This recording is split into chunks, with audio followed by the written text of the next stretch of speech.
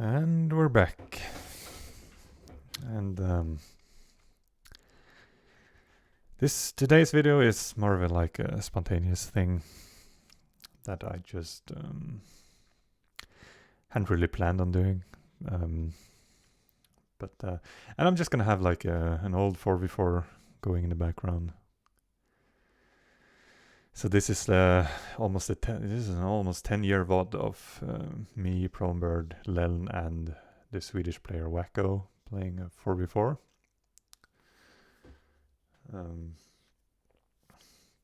So I'm not actually playing this as an old VOD, just to have some background, not background music, background footage. But I was playing some public today, just for fun, and it was one of those where my team got completely destroyed, like left, right, and center. And shit happens. It's part of the game. You just have to deal with it. But as I was playing, I was sort of trying to analyze and figure out. I was looking at my map, trying to figure out the root cause of the problem. And it got me thinking about Teamplay in general and how it relates to BF2, like different principles of it, and obviously things I have thought about before, but so as I was thinking about these things, I just figured, well, maybe I just record myself thinking and share my thoughts on the subject, because as I will get back to later, this is really the holy grail of team play based gaming, what we're all trying to achieve. But it's one of those things that's really hard. And team play chemistry, synergy, teamwork, cooperation, I mean, these things are truly universal. Like, it has nothing to do with gaming or BF2 or this concept extends into every aspect of human interaction, pretty much. So it's like, it could be something as basic as helping your dad screw together flat pack furniture. Like, we've all experienced teamwork or cooperation in some way, right? So, and you can feel it's, I think most people can relate to this, but you can feel it immediately if team play is working or not. If you're getting in each other's way, or if you're complementing each other instead, which obviously the latter is the more ideal form of cooperation. But just like on a philosophical level, teamwork is really an emergent concept or property. And emergence is when something sort of comes into being only as a part of a bigger system, really. It's like when you're if you have two players working on their own at two different parts on the map, there is really not a possibility for teamwork there. So even though, let's say you have me and Prombird. So let's say you have me and Prombird on not working together. We're sort of working individually. And you put us together, and it's still just me and Prombird. Like, nothing has changed. In that respect, we're still the same as we were, but now we're able to work together. So this concept of teamwork emerges from being a part of something more, connecting two players makes teamwork come into existence. So it's an emergent property, and meaning something that's more than the sum of its parts. So and this, there are many examples. Some will argue that human consciousness, for example, this kind of self-awareness that we have, is an emergent property. It's not something that's really planned by, planned in sort of like by biology or evolution. But in any case, teamwork is nonetheless essential, and regardless of how it's sort of regardless of the philosophy of it, it's still this is just something that fascinates me personally. Probably sounds a bit unnecessary to most of you, maybe, but to sort of phrase it like this and make this kind of introduction. But let's say I'm playing a game on a public server, and usually when I'm playing public, I'm up against much less skilled players than myself. So it's not unreasonable for me to sort of charge down 4 people and sort of make it work somehow, especially if they're working very slow and they're sort of hesitating a lot. It gives me an opportunity to sort of overcome the numbers disadvantage and win a duel against, or a battle against 4 people. I mean, these things happen frequently when someone who's very skilled goes up against like medium to low skilled players on a public server. But there are obviously limits, and numbers, like, you can only overcome the numbers to a certain degree, and the number disadvantage. But like when you put a player like, if you put a player like Promberg, for example, I'm going to use him as an example because he's the player who I sort of, throughout my playing career, I synergized the best with in terms of like natural teamwork. So let's say you put me and Promberg together on a public server against like medium to low skilled players. Now suddenly we are again more than the sum of our parts. The fact that we can now work off each other means that we can overcome even more opposition and still make it work. So it's teamwork is a very, very powerful thing, and you can compare it to like a military formation where you're instead of sort of working on your own, you're a part of a bigger structure that allows you to be more effective. The famous example is from like ancient warfare is the phalanx formation, where famously, I mean, most people have probably seen the movie 300, where they actually mention this, which is actually historically true, where you the shield, with your shield, you're protecting the person to your side. You're not protecting yourself only. You're also protecting one other person. So you're forming a part of a bigger structure that allows you to be more effective. And teamwork, even though a gaming scenario is much, much more loose than a military formation, like there is still some overlap there in terms of principles. Like as you can see, like if you're looking at this 4v4, like I was covering the south roof while I was letting the rest of my team sort of do the rest, so I'm sort of forming one piece of this, well, you could call it a formation of sorts, where I'm covering one part of the map, and I'm just going to have to rely that, and in this case my team got wiped, so we lost the flag, but I just have to rely that I still have to hold my position and hope that they can make it work, because if in case someone was coming to the south roof, it was crucial that someone covered it. So you can sort of see the similarities there. It's with the formation.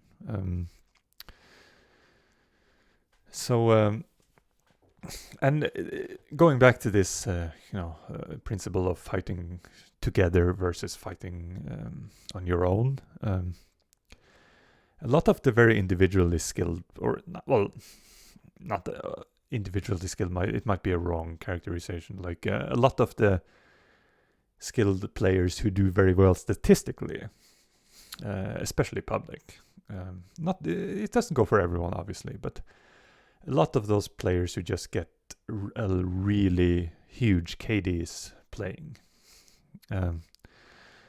they to achieve that, they usually work mostly for themselves, like without much regard for the bigger picture and what their teammates are doing. They're sort of not, they don't really try to integrate themselves into the sort of structure of the team. So they sort of play their game in a bubble.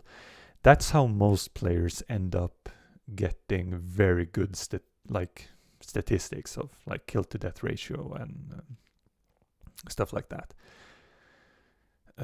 Most players, like mostly, I mean, there are anomalies here and there, but mostly if you're playing well together as a team, no one player will have like a huge KD while the rest is just sort of struggling. I mean, of course it happens, but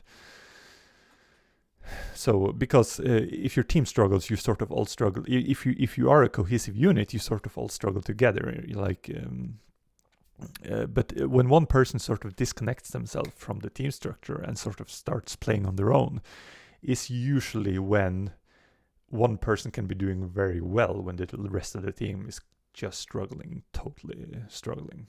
So,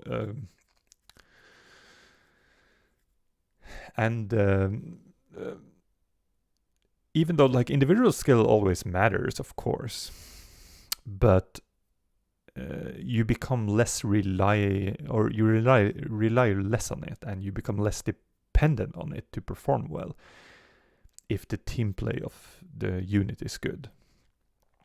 So having good team play is preferable. Obviously, there becomes a breaking point where individual skill becomes too much. So it's not like you can just have a super cohesive unit of low skill players and go up against super skill players. I mean, but you can overcome a certain skill disadvantage by having a very cohesive, like a unit that has very good team play. And as I mentioned, team play is more consistent. Team play is more consistent than skill, because even the very, very skilled players has sort of on games and off games. And it's less likely, in my experience, that players who have exhibited good team play in the past will sort of have on and off team plays. Team play is kind of similarly to how personalities sort of get along in real life. It has a very similar mechanism to that. So if there are people in real life that you like to hang out with, it's not very likely that you will suddenly show up and sort of hate each other. So it's kind of similar. It's more of like a personality thing, I feel. So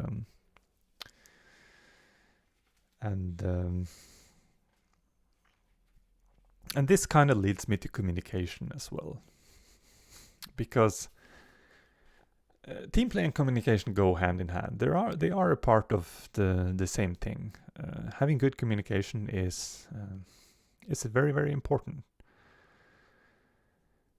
But the one thing that a lot of people get wrong is that good communication isn't the same as talking a lot, and sort of there is definitely things as over communicating.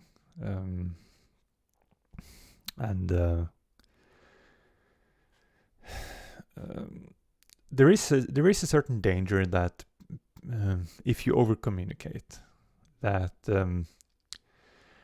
and over communicating, in my opinion, it will involve mentioning a lot of unnecessary stuff, like having a lot of unnecessary calls. It will eventually make people sort of tune you out in their mind and sort of not pay attention as much. So it's definitely not a good habit to have to communicate too much. Because it sort of it introduces a lot of noise in the communication. And And even worse than this is over communicating is people who over communicate by communicating for other people, and or not communicating for others, but trying to tell others what they should do, which obviously on like a big picture scale, telling, like, coordinating something by saying, okay, can you push here or go there, like, that's one thing. But when you start to micromanage people and like push or revive or do this, like minor things that really should be a part of every player's fundamentals, that's where the problem comes. And this is very, very common today, and probably was always very common. This sort of lack of trust in people. And lack of trust, I'm not saying that every player is worthy of trust. But in the sense that, like, I can, if I'm playing with someone who is much worse at the game than me, obviously I will pick up on things that they will not. And that can tempt you to sort of start to make calls for them on what to do. And the short-term result will be that you play better. But if this is kind of a long-term thing, you're going to actually hinder their development by doing so. Because people need to be able to make their own decisions if they are going to grow as players and develop. They need to stand on their own feet. So that's why I prefer to sort of tell people, instead of sort of telling specifically what people should do, I will sort of make kind of more big picture calls where I sort of call what I see in terms of how the situation is developing. And sort of leave it up to my teammates to make a call for themselves, to make their own decision on what to do. So, because I want people to tap into their own intuition and make their own decisions. And from a team play perspective, this is very, very beneficial because team play in general is not something you micromanage. Team play comes naturally. It's just as natural for people to do team play as it is to speak, really, because just from an evolutionary point of view, humans have been so dependent on teamwork to survive that it's ingrained in all our brains, basically. We don't really have to, we're all capable of teamwork. It's not something you have to be specifically taught how to do. Obviously, the more you do it, you will become better at it. Similarly to how you're, if you talk, as like a small child starts to talk, they become better with practice. But the sort of the tools they need to be able to talk, they are born with. And similarly, I believe that what we sort of the tools we need to perform teamwork, it's something that is sort of biologically in us. So I want people to sort of start using their I don't want to talk for other people. I want them to talk themselves and learn how to talk, because that's what's going to make them better as time goes on. Because some people are strong in this from the get-go, at communicating, making calls, reading the game. Some people are not, but everyone has to have a minimum level in order to sort of reach anywhere, especially as a competitive player, to sort of become proficient at a lot of things. You need to have these fundamentals covered.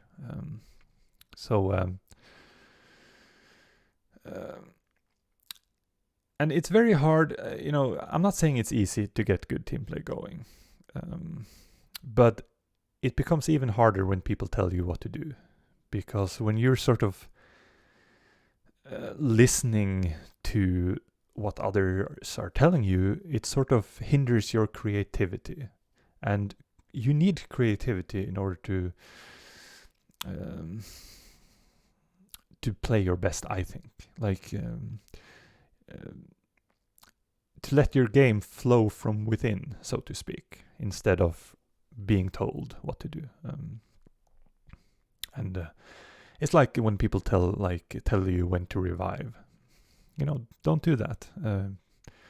People have to learn. They have to, like, you're denying them the opportunity to figure out for themselves.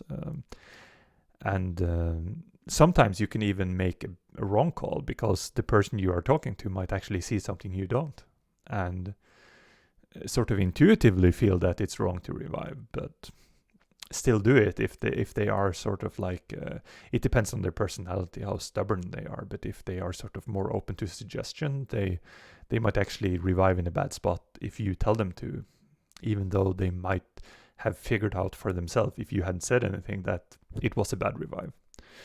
So people have to stand on their own feet when it comes to basic fundamentals like this. And it goes into this aspect of trust and teamwork. Trust is very, very important, because if you ever worked with some, it goes back to this, like screwing together flat pack furniture with your dad, for example. Like if you ever worked with someone, it could have been your dad, it could have been your uncle, it could have been someone in your first job or whatever, wherever. Like if you ever worked with some cranky old man who sort of is super stubborn and he wants to do everything his way, and he's very narrow-minded and he doesn't trust you at all, that's a recipe for horrible teamwork. And it usually shows up in people who are very used to being to rely on themselves and not on others. So it stems a lot from a lack of trust in people in general. They sort of assume that they cannot trust you. And team play always works better if there is trust involved. If you, for example, it goes back to Prombird. So you see, right in this situation, I just go straight for the revive because I can see that Prombird is shooting at someone, and I have complete faith that he can pull it off. I don't have to, you sort of become quicker to react. You become, you sort of have more confidence in the situation you're in if you trust the people you're with. So trust is a big part of teamwork and team play. And if you really feel that you can never be able to trust someone, you should probably not have them in your team, if it's really that bad. At least if you're trying to build a really good team. And this brings me on to my last point, which I actually called silent communication. And it might sound counterintuitive, but I'm just gonna say that it's similar. It's a similar concept to reading body language.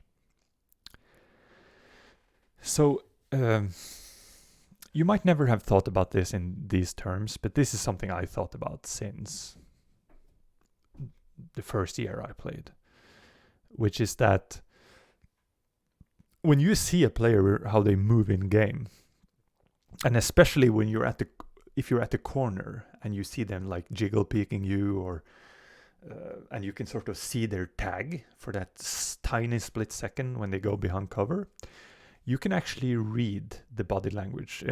It's not body language, obviously, but if we assume that, if we just call the player character, the character you play in the game, the character you control, a body, then it's body language. But you can read people's intentions just by watching how they strafe, how they move, how they crouch, duck up, like behind cover. Like how they throw their med packs, you can read a lot of intentions from that. And obviously this goes for enemies in this scenario as well. Like you can read the intentions of your enemies, but you can also read the intentions of your teammates by watching how they move, how they behave in a certain situation. You can get a sense of how pressured they feel, which will give you an indication of how many people there are there, how what the danger is from that angle that your teammate is covering. You can tell. You can sometimes tell if people are low in health, like enemies, without like just by watching how they retreat just after being shot at. There are many situations where you can read people's intentions, and based on experience, you can sort of use that to predict what their next move is going to be. And this is obviously very useful for sort of playing, for sort of reading your opponent, but it can be equally useful to give you an idea of what you should do to support your teammate. So this is why what I call silent communication, or intuitive team play, mind reading, synergy, whatever. And again, going back to Prombird, this is one of the advantages me and him always had. Like from day one, we were able to sort of complement each other without any need for verbal communication. And I only experienced that to that degree with one player, and that was Bromburn. And so it has to be a somewhat rare phenomenon, I think. I'm not exactly sure, but I'm figuring that it's probably somewhat rare to have that degree of synergy without any effort. But in any case, silent communication is quicker and more efficient than verbal communication because it's instant. You see something, your brain processes it, and you react. So, and that's why ever since I sort of became very aware of this concept, I try to get silent communication going when I play. And this is something I got better at. Like back in the day, I also used to communicate a lot.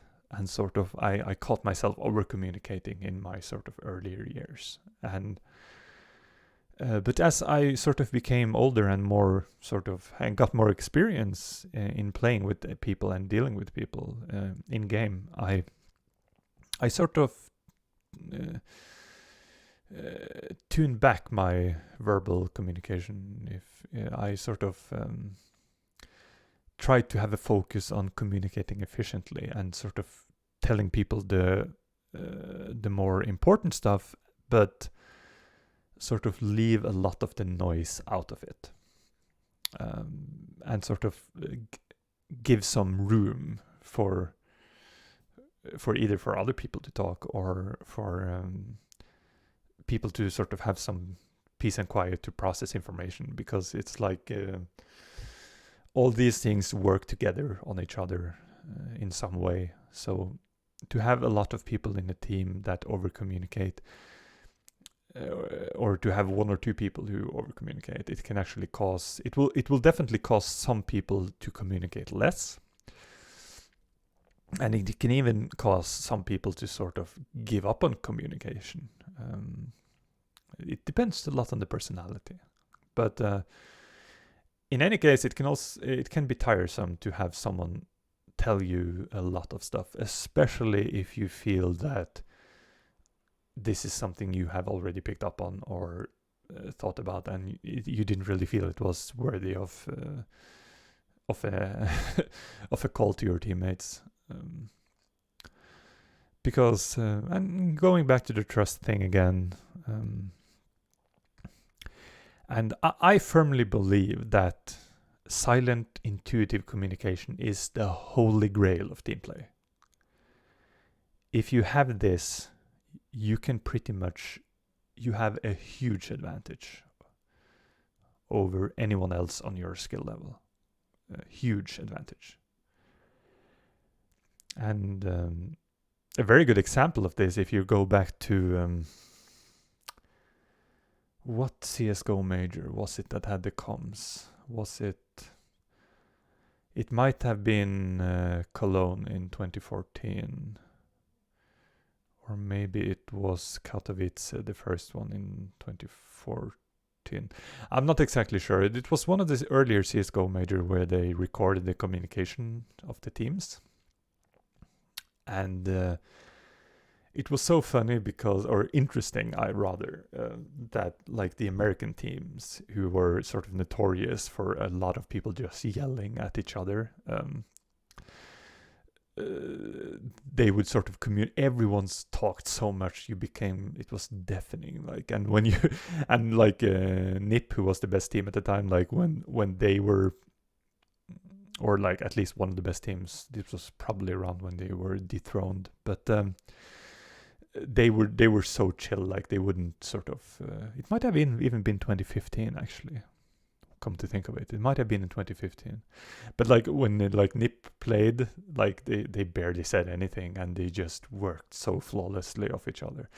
And that's something that's really hard to achieve. It just sort of clicks. It like either it clicks or it doesn't. Like it's just one of those things. It's, as I mentioned before, it's kind of how our personalities gel. I mean, you can meet someone who you've never met before, and you just sort of connect in some way, and you don't know why.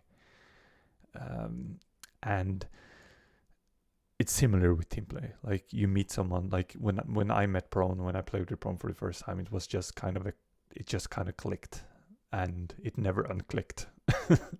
Even though me and Pronebird, on a personality level, don't really gel that well, but put us in game, we can go. I mean, we can really go, and it's like. So this is the holy grail for me. It's because it's so rare, but yet so precious. Yeah, you know. And so if you ever find yourself in the situation where you sort of play with someone and you can just feel that connection, that sort of effortless connection, you know, just beware that is something very precious. So even if you don't like this person, have them in your team. So, and it's kind of similar to when Extirpate, the first iteration of Extirpate, formed in late 2010, and when we played the Night Cup 7, I think it was. Me and Prone had played a bunch together, and Lodden and Taker had played a bunch together, but we never played like all four of us, really. So it was just one of those things when we got together. Like none of us, or at least me, I can only speak for myself actually, I didn't have any expectations at all. Like I was like, whatever. Lodden came around to me like, oh, let's sign up for this cup, and I'm like, okay, whatever. And I didn't have any expectations, and then it just kind of clicks. And, the rest became, well, it might sound weird. It definitely became BF2 history, even though it's a very minor thing in the grand scheme of things. It's, it's weird how Teamplay works and how this kind of thing works. And then sometimes when you put together a team, you can think in your head, you're sort of thinking that, oh, this will be perfect. We'll get this player and that player, and then nothing works. And these things also happen. It's super, super hard to predict how chemistry and team play is going to work, because as I said, it has to do with emergence. Like good team play sort of emerges out of nothing, so to speak. Like, so even though two players by themselves are great on paper, they might actually have bad team play between them that sort of makes them less than the sum of their parts. That can also happen. So while we all strive to become more than the sum of our parts through team play, I mean, both. It can swing both. The door swing both ways, and it's like. But it's interesting to me, just from a philosophical perspective. This concept of how you make a complex system and it can exhibit side effects that you didn't take into account. And suddenly, just playing with someone who you just clicks with and Teamplay is flawless, it's one of those side effects that you can't account for ahead of time. Like, you can't really predict. It just sort of happens. But even though the 4v4 isn't done on the footage, I think it's time to wrap it up. I don't think they managed to cap us anyway. I think we won quite easily, actually. So,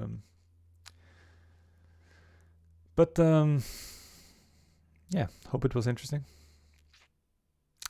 And I'll probably see you later sometime when I figure out a new topic to ramble about. Later.